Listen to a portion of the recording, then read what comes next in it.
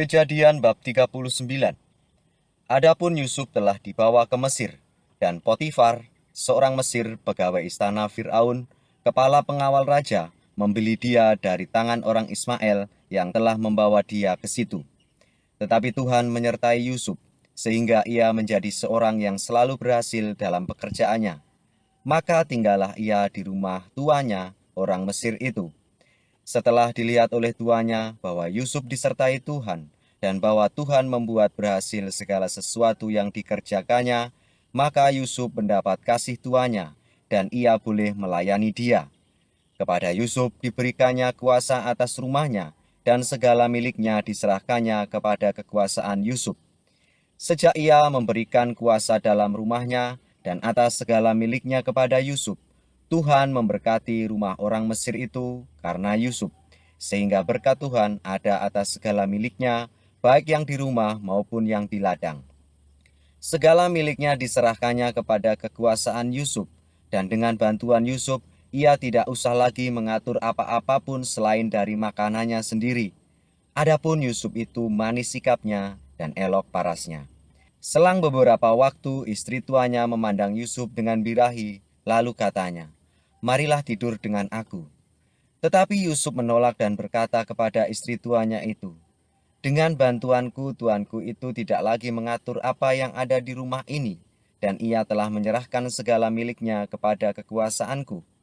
Bahkan di rumah ini ia tidak lebih besar kuasanya daripadaku, dan tiada yang tidak diserahkan kepadaku selain daripada engkau, sebab engkau istrinya.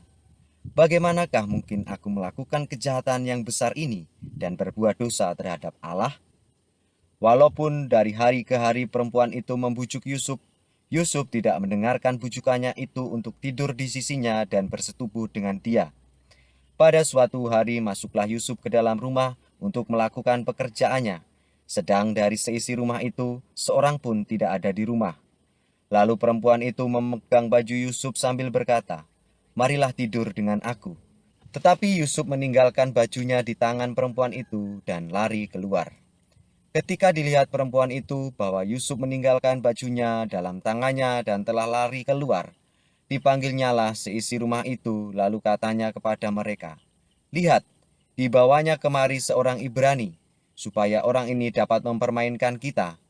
Orang ini mendekati aku untuk tidur dengan aku, tetapi aku berteriak-teriak dengan suara keras, dan ketika didengarnya bahwa aku berteriak sekeras-kerasnya, ditinggalkannya lah bajunya padaku, lalu ia lari keluar. Juga ditaruhnya baju Yusuf itu di sisinya, sampai tuan rumah pulang." Perkataan itu jugalah yang diceritakan perempuan itu kepada Potifar, katanya, "Hamba orang Ibrani yang kau bawa kemari itu datang kepadaku untuk mempermainkan aku.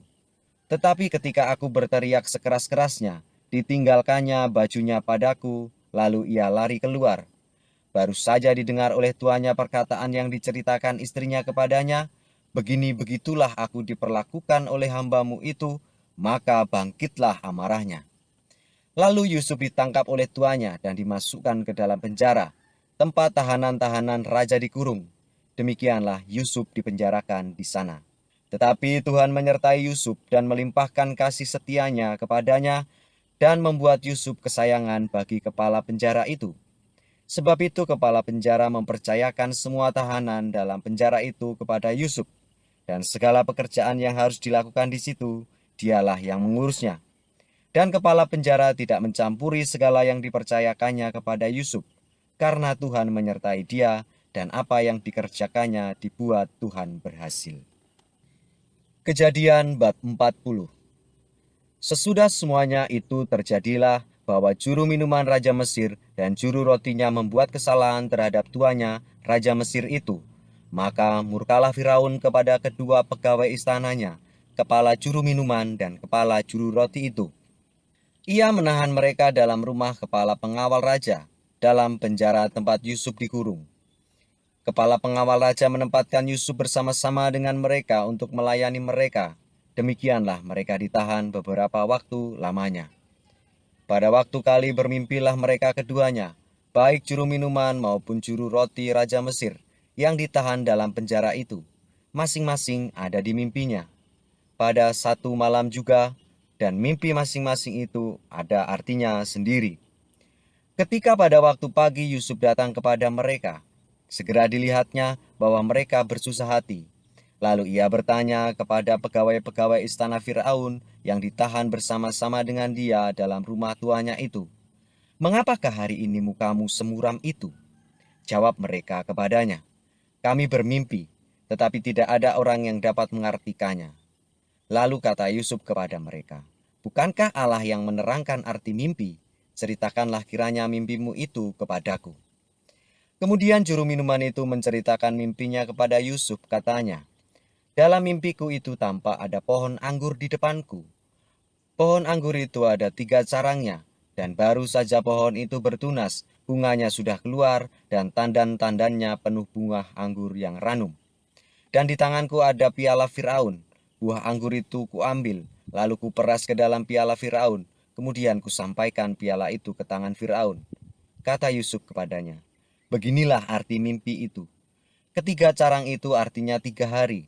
Dalam 3 hari ini Firaun akan meninggikan engkau dan mengembalikan engkau ke dalam pangkatmu yang dahulu, dan engkau akan menyampaikan piala ke tangan Firaun seperti dahulu kala ketika engkau jadi juru minumannya. Tetapi ingatlah kepadaku, apabila keadaanmu telah baik nanti, tunjukkanlah terima kasihmu kepadaku dengan menceritakan hal ikhwalmu kepada Firaun, dan tolonglah keluarkan aku dari rumah ini.